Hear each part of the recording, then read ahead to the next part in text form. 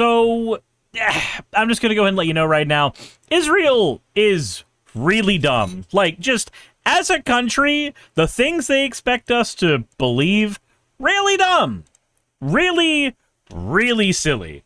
But let me go ahead and show you something that's not really dumb and silly. Or rather, maybe it is. Who knows? But this is Last Arts with a slime cowgirl Suris with words I will not speak and the word yeehaw at the end. Okay, fair enough. Somebody is going to take that and run with it, and I cannot stop them. Anyway, as always, thank you for your fan art submissions. If you want your fan art to be shown in a future video, the best way to do so is God damn it, Kazooie. Oh, woo. There, you got your thing. Why? What is wrong with you? I'm literally about to talk about dead bodies here, and that is what y'all think is appropriate. What happened to you? Who hurt you as a child? And why didn't they do it more?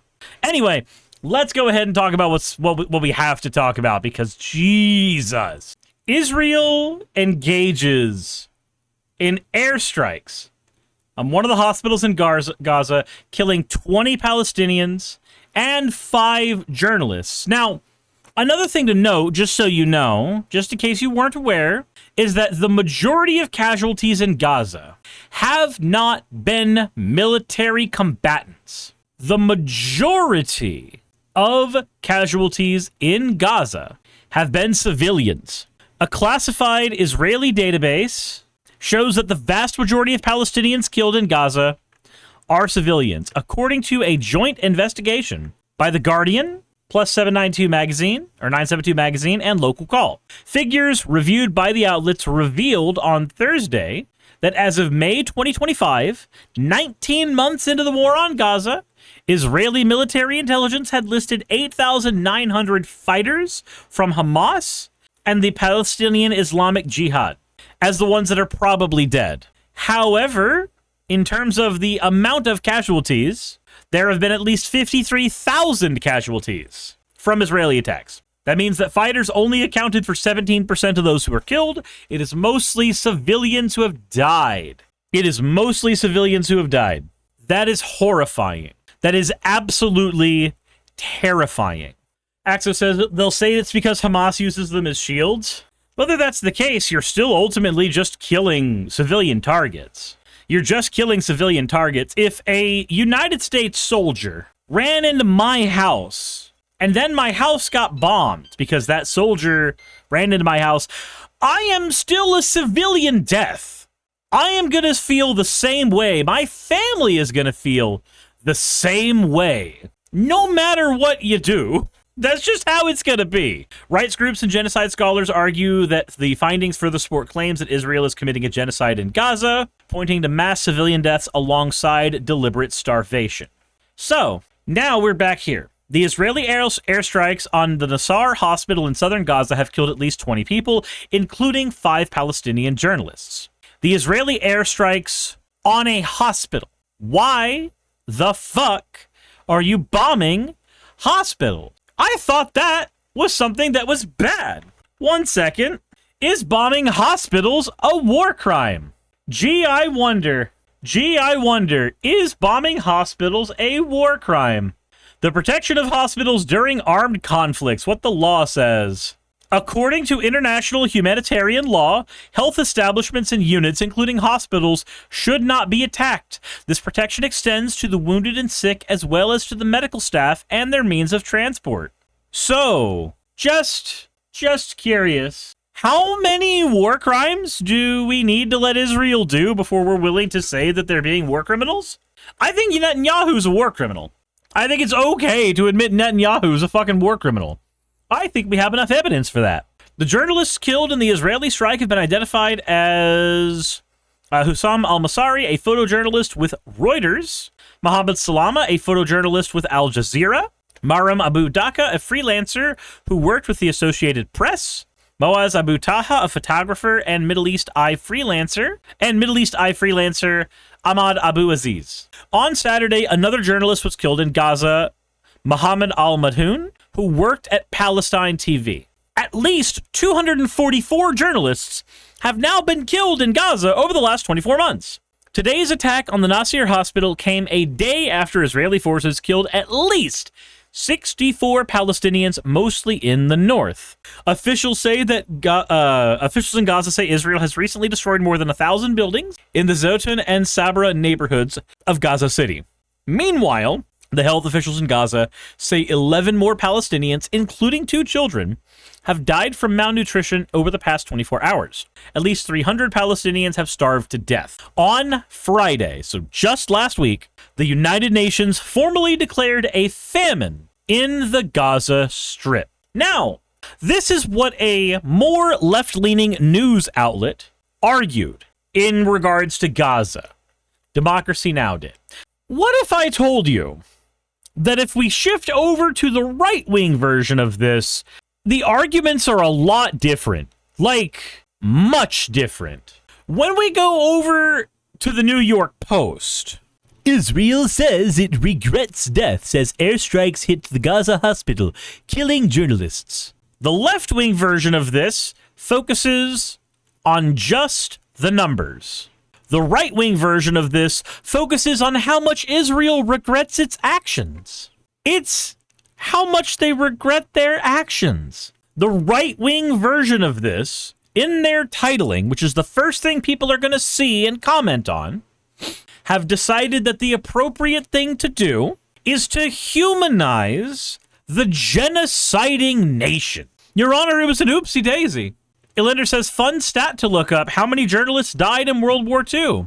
The Freedom Forum journalist, granted this is an AI overview, so bear it with a grain of salt, lists 67 journalists who died in connections with World War II, with 66 of those occurring between 1939 and 1945. 6 years in a world war. 67 journalists.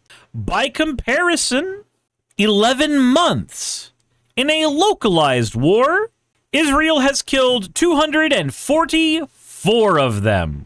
So, that's just such a weird statistic to look up that has no bearing on the current situation. You know, it's weird.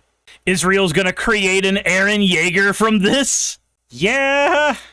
If I have to choose between my family inside the walls and the world, then my choice is already made. Rah! Or some weird shit. Anyway, Israel said it's investigating how an airstrike hit one of Gaza's main hospitals on Monday, insisting that it was not targeting journalists or civilians killed in the blast. Your airstrike hit a hospital. It's going to hit civilians. Israel chief of the general staff has already ordered an inquiry after multiple missiles hit the Nasser hospital, the largest in southern Gaza, on Monday. Hamas-tied Palestinian health officials said that at least 20 people were killed, including 4 journalists. The IDF regrets any harm to uninvolved individuals and does not target journalists as such. Meanwhile, again, the data suggests that that's not the fucking case. The IDF acts to mitigate harm to uninvolved individuals as much as possible while maintaining the safety of IDF troops. And yet, the blood of civilians is on your hands. Again, how did that even happen? The military also did not confirm who the intended target was. Cool. Just fantastic. We are urgently seeking more information and have asked authorities in Gaza and Israel to help us get urgent medical assistance for Hatam. A strike on Nasser Hospital in June killed 3 people and wounded 10, according to health officials. At the time, Israel's military said that it had been targeting Hamas militants operating from a command and control center inside the hospital. So again, they're always going to say, well, the problem is that there were military people inside the hospital. That was the problem. They're always going to fall back on that. Now again, note how the right and the left look at this. The left looks at this, at least journalistic left, looks at this and going, no, why are you killing civilians? Look at the numbers. This is wrong. When the right reports on it, they go, but they had to do it. They're so sorry about it. Look at their little faces. Look at the faces on plucky little Israel. Look at the little faces. They didn't mean any harm. Falcon says that they've killed journalists from Al Jazeera, Associated Press, Reuters. Yeah, I know. They've killed a lot of journalists. Again, World War II, 6 years, over 60 journalists. Israel-Gaza war, less than a year, over 200 journalists. Those numbers are wild to me. And they do not speak well of Israel. They speak of Israel as if they are a force trying to wipe out other people. I can't think of another way to describe it other than just that. And you can say Hamas bad all you want. I'm willing to agree with you. You can do the weirdly disingenuous thing that the right has been doing, where they'll argue that it's actually okay for genocide to be happening in Gaza because if you were gay, they'd be trying to kill you too. Turns out we can actually have the opinion that it's bad for people to get killed. It's such an easy opinion to have, and yet people are fucking scared of that opinion for some reason. The easiest opinion to support on the planet should be that killing is wrong, and generally speaking, we should be doing everything in our power to minimize deaths. That should be the easiest things in the world, but it ain't. For some reason, we will do everything in our power to justify murdering of civilians. Give me a second. There we go. We'll do everything in our power to justify the murdering of civilians. We'll do everything in our power to justify the murdering of journalists.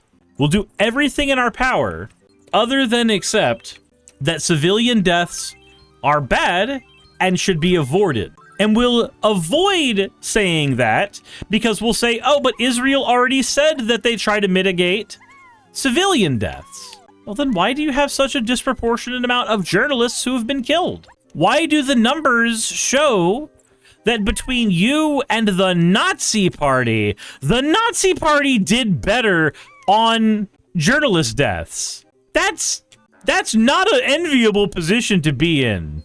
There is no world where I would ever want that to be what somebody could honestly say about my regime. Would that I had a regime. Avalon says the Nazis were also better about attacks on the Red Cross.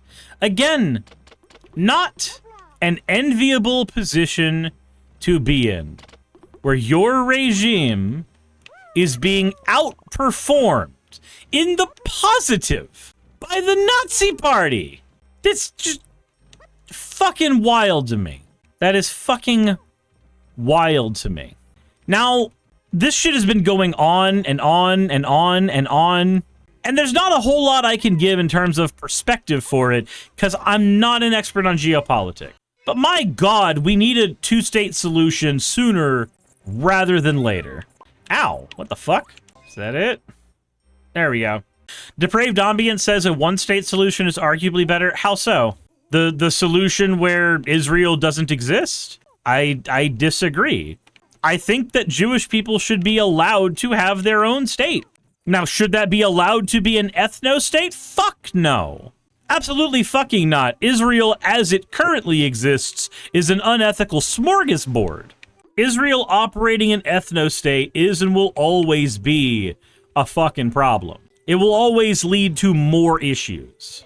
They should not be allowed to be an ethno-state. Even a religious ethno-state. No. Shimokagami, thank you for redeeming your points for an Depraved Ambient says a two-state solution is segregation. A one-state solution that is secular and integrated is better. I don't see how that segregate. That's like saying it's segregation to have Germany and Italy as two different countries. I think it's entirely fine to have Palestine and to have Israel. I think that is silly. Depraved Ambient says a two-state solution is inherently an ethno-state or a religious state. No, it's not. Else, the fact that we have two countries, the United States and Mexico, means that one of us is an ethno-state. Coolest Expert says, I don't believe in borders anyway. In a perfect world, we wouldn't have them. But we don't live in a perfect world, so we have to work with the solutions that are feasible with our current setup. Currently, countries are defined by borders. So since we live in that world, we have to operate within the confines of that particular world. I think that any argument that requires us to eliminate a state is the bad one. Not a state as in the concept of a state, but a state as in eliminate one that currently exists. I think that's inherently always going to be bad. Depraved Ambience, that's an opinion you have, and that is a fair opinion. I do not care to fight you on it anymore. I don't need to. If we can agree that a solution where the people stop fucking killing each other is the solution that we need to aim for, then we are in agreement on enough. And the semantics of it don't matter, because neither you nor I have any power in this situation to enact our will upon it. Elsewise, we're in the same argument that everybody ever has gotten in on what defund the police does or does not mean. Where 3 people in the room mean different things entirely, but are all willing to say the same words. I don't think that's a useful conversation. If we can agree that the killing is wrong, and we can agree that a solution needs to be found where it stops, that does not have the prerequisite of more bloodshed beforehand, then we're okay. Sakura says there is the issue of how much Israel's current population is in favor of genocide. True, but any conversation that would require us to do any elimination at that point doesn't make any fucking sense to me. Else, why is Germany still on the map? Almost Cosmic Lord says, do you think that Sonic supports Palestine? I think Sonic would support the thing Superman supports. And if you saw the new Superman movie, Superman wants to put a cactus up Netanyahu's ass. And I fully support Superman in this newly discovered fetish. Clueless Expert says there's also the issue that the whole goal of creating a state of Israel was to create a religious ethno-state. That, again, is a problem. And so, does the solution to that problem necessitate the elimination of the state? I would argue that it doesn't. I would argue that you can change the DNA of a country to something that is better and healthier. I would argue that that is a thing that can be done, unless we are willing to have the conversation about these being completely lost causes. Also, the fact that the elimination of Germany was on the table for the World War II conversation isn't super material to me. It was on the table, but it's not the one that was chosen. Anything is a potential option. Anything can always be a potential option. But that's not the same thing as that being what people actually execute on. Clueless Expert says, would it take more work than just having one secular state of Palestine? I don't know. Not an expert.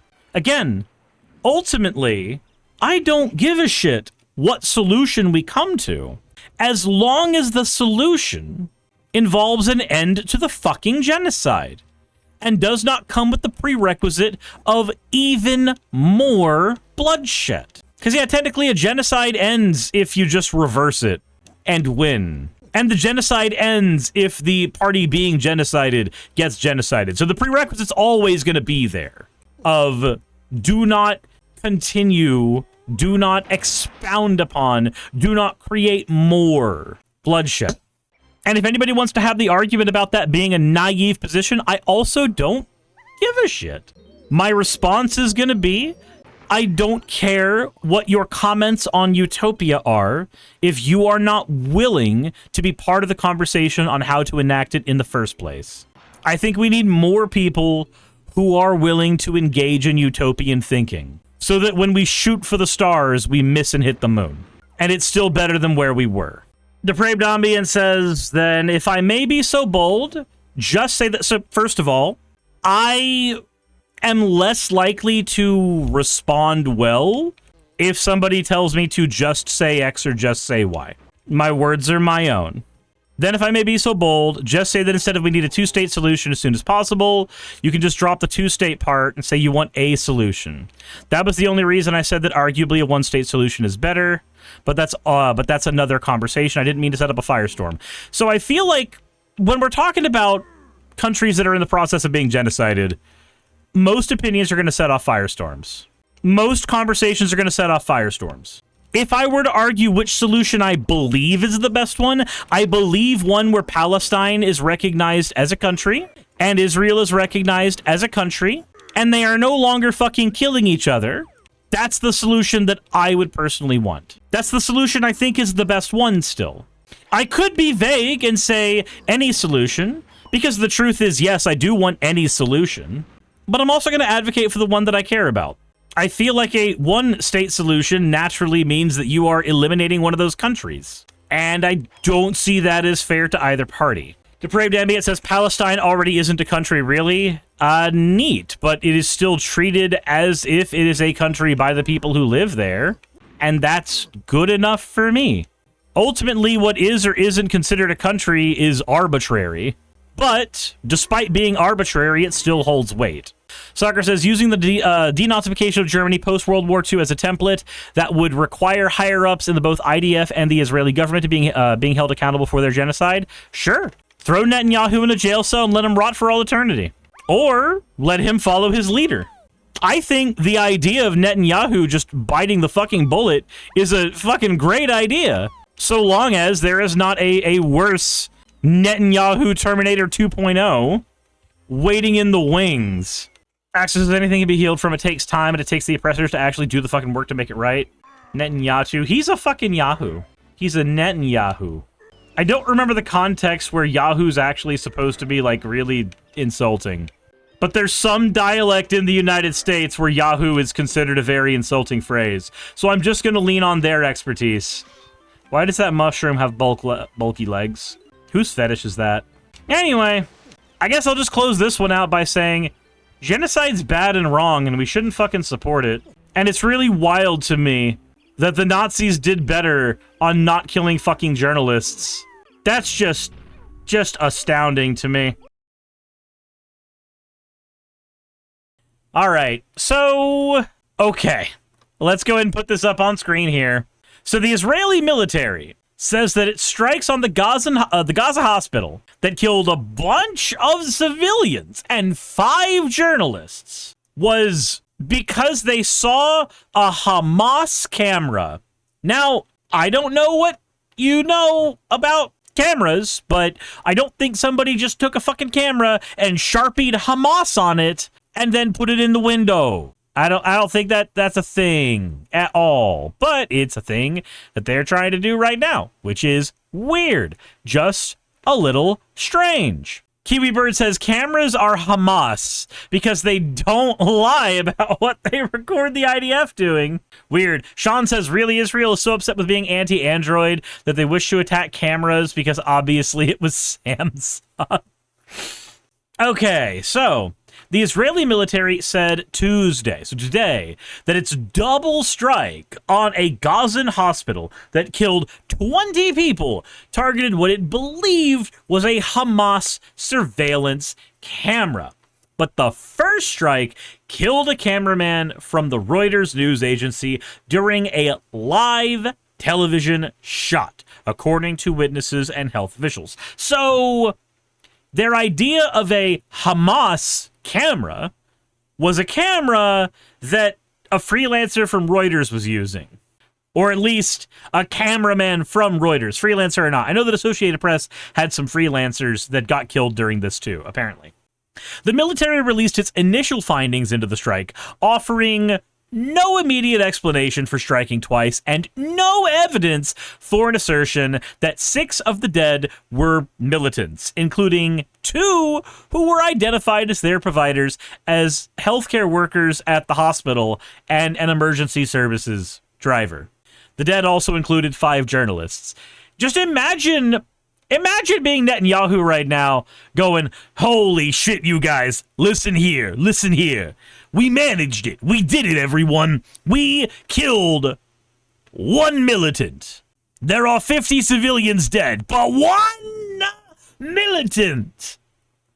Ignore the other dead. Fucking hell. Yeah, they just killed press live on TV. Isn't that great? Isn't that wild? Isn't that fantastic? The military said the back-to-back strikes on southern Gaza's largest hospital were ordered because soldiers believed militants were using the camera to observe Israeli forces, to observe them. We observed you shooting us, so die. Okay. Its account appears to contradict witnesses at the scene of Monday's attack on the hospital. Sporkmutt, thank you for the follow, and also thank you for subscribing with Prime. Got a question about your name. Spork as in, like, the utensil you eat with, and you say mutt. you are aware that sporks are already mutts. They're a mix between spoons and forks.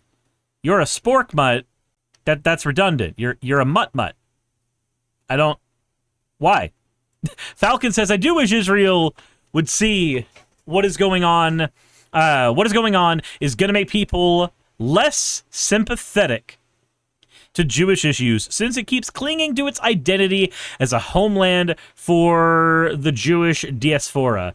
In the comments of some Democracy Now's YouTube videos, there are some people not having much empathy towards Jewish people, primarily due to the white supremacist stance Zionists show. Sporkmud says, it's my persona's name, and mutt because they're a dog. So your persona's name is Spork, and it's a dog, so you named it mutt. Okay, fair enough. Fair enough.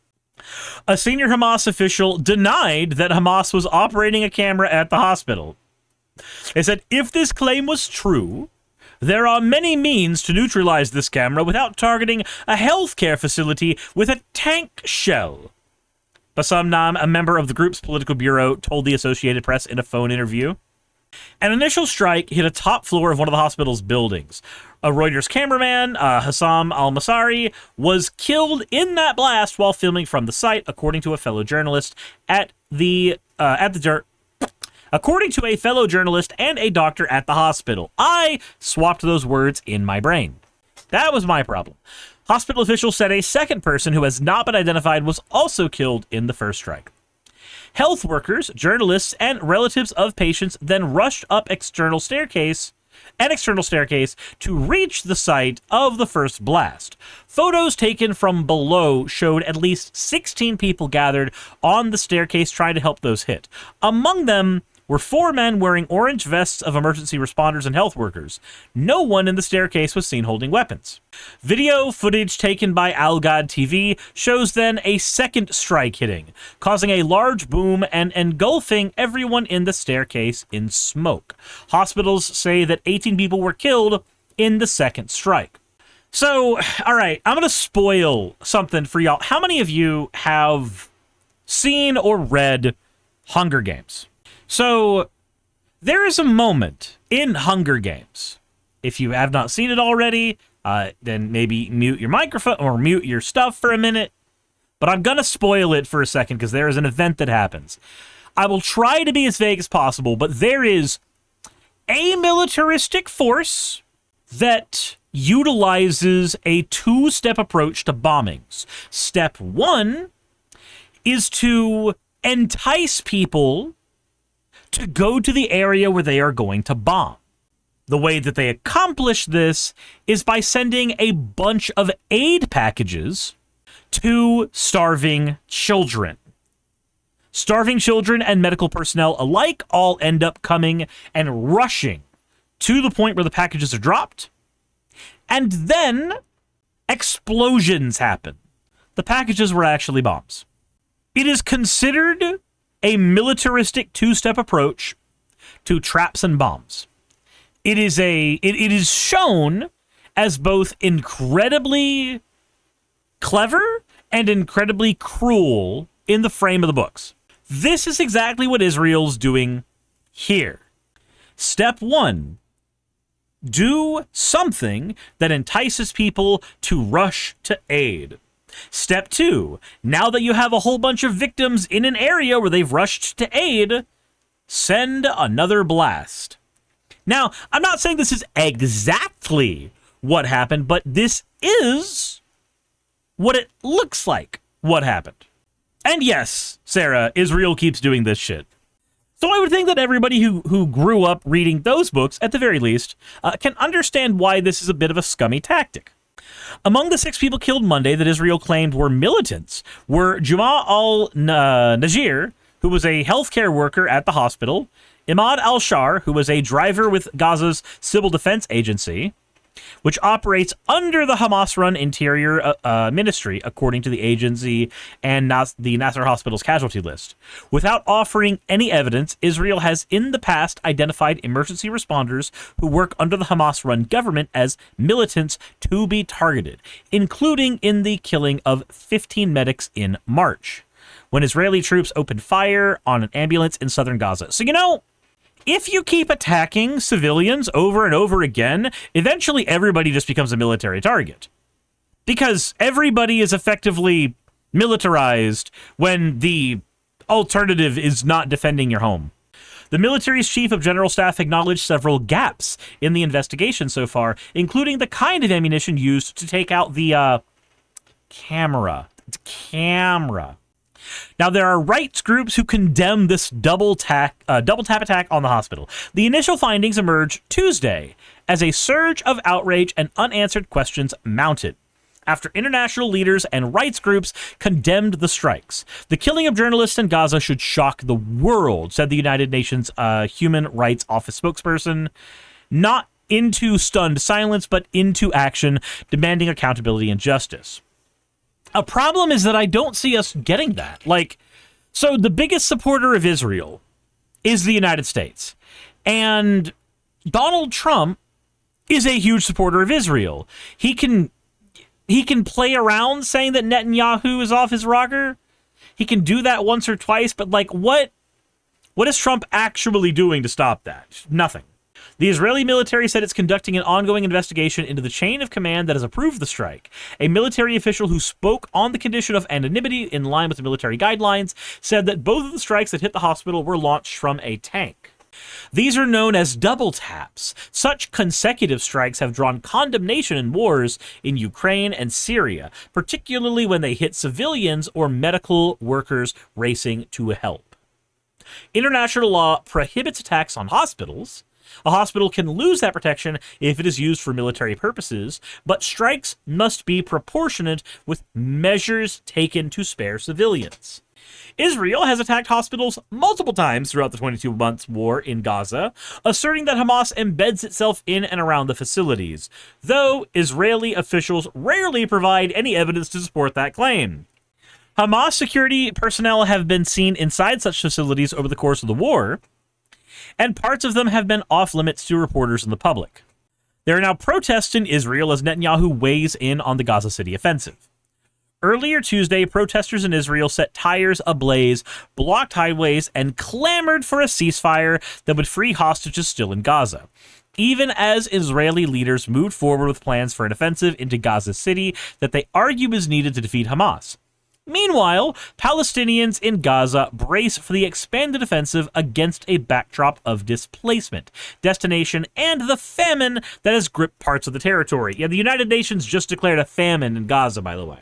Netanyahu met with his security cabinets Tuesday evening, but he revealed little of what transpired when he appeared later at the event in Jerusalem. Netanyahu says it started in Gaza and it will end in Gaza. We will not leave these monsters there. We will release all our hostages. We will ensure that Gaza no longer poses a threat to Israel. So my problem here, though, is what is the win condition, right? So, when the United States was involved in the Vietnam War, we had the 33rd parallel? We had a parallel that was our win condition, that if we got to that parallel, that was basically our mile marker that said we had hit our destination, we had won, we had done what we needed to do. And then we kept going for some stupid fucking reason. And then, of course, we lost the Vietnam War. It's just one of the many wars that we've lost in the last 60 years, but, Anyway, so we lost the Vietnam War. And we got sent home packing. And then, after all that, what did historians learn as a result of that? When you have a set and clear win condition, when you have a set and clear goal, you do not then greedily push past it and try to do more. Because eventually, the more civilians you involve in your conflict, the more people are going to get involved with your face. So now we have a situation where, what's the win condition? How do you eliminate Hamas? When you are attacking hospitals, when you are just bombing everything, what is the win condition? Because it looks to me, from over here, the win condition is Glass Gaza. That may not actually be the case. That may not be what they actually want to do. It may not be what Netanyahu actually wants in his heart of hearts. But I do not see a world where Israel wins this, quote, quote, without most of the people in Gaza being dead. So the win condition is genocide, effectively. How long do you think this is going to go on? How long do you think that's going to be a thing that he's able to do? Also, can we just say how fucking ineffective the Israeli military is? Gaza does not have that much land, and their people do not have that many resources. And like Russia, somehow being the bigger enemy, with the bigger guns and the better resources, can't fucking close the deal. That's pathetic. That is honestly pathetic. Especially when, obviously, they are not taking all of the steps that you would assume they would have to take in order to make sure that they don't kill a bunch of fucking civilians. Again, remember, World War II, a little over 60 journalists died in the 6 years of World War II. 22 months in Gaza, and we are at 200 plus journalists killed. You do not have those numbers without an amount of either deliberate maliciousness or alternatively, you do not reach those numbers without being severely incompetent. And so here we are. Honestly, when it comes to what we can do about a situation like this, unfortunately, it is well outside of our hands in particular. But that does not mean there's nothing we can do.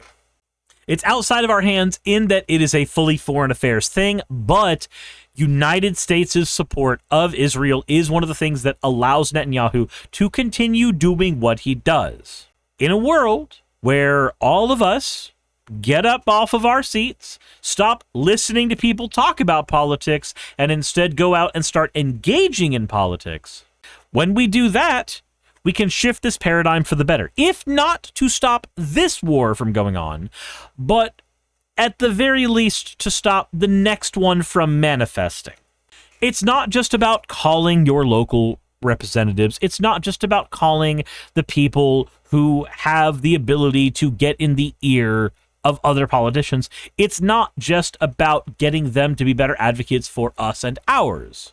It's about getting the right people in the right seats.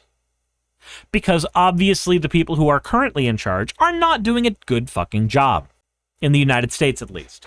In order to get people who will do a good fucking job, we have to be able to threaten their jobs. So obviously, use 5 calls to threaten their jobs. Use 5 calls to threaten Republicans and Democrats in the primaries if they do not try to establish more pressure from Congress onto the presidency to stop enabling Netanyahu. But you can also run for office or find a friend who's good at running for office and get them in. And if you want a good way to do that, please check out the local DSA chapter in your area. And there's a list of all the DSA chapters in the description of this video. There's a bunch of stuff you can do to get involved to try to shift the paradigm so that we are not constantly supporting this bullshit. And it's not going to be easy and it's not going to be fun, but it is going to be something that we need to get done. So, get out of the chair and go do your shit. Don't just get involved in elections by voting once every 2 years. Get involved in elections by canvassing, by phone banking, by making stuff in the back, by writing letters to people, by doing things that are needed. Hell, even just getting a couple sandwiches for the people who are currently going out and canvassing in the heat. Anything helps. That all said, let me know what you guys think in the comment section below. Do what you can do. Let me know what you are going to do down there. Hit the like button, subscribe, all that other fun stuff. Let's try to stop this shit from continuing. Hey, thanks for making it to the end of the video. I really could not do any of this without all of you. Those of you watching, and especially those of you who support me on Patreon. I wanted to go ahead and take a minute to thank all of you who do that, because with YouTube being what it is these days, I really cannot do this full-time without the support from each and every one of you.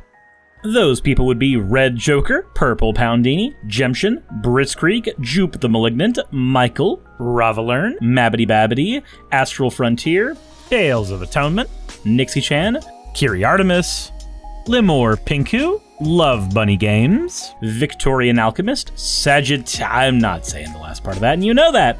Aurora, Leela Ururaka, Arcton Arclacier, Kiratorian, Dren Hadamata, Jordan M, John L, Lord Bleck, Smiling Game Master, and Fireshard.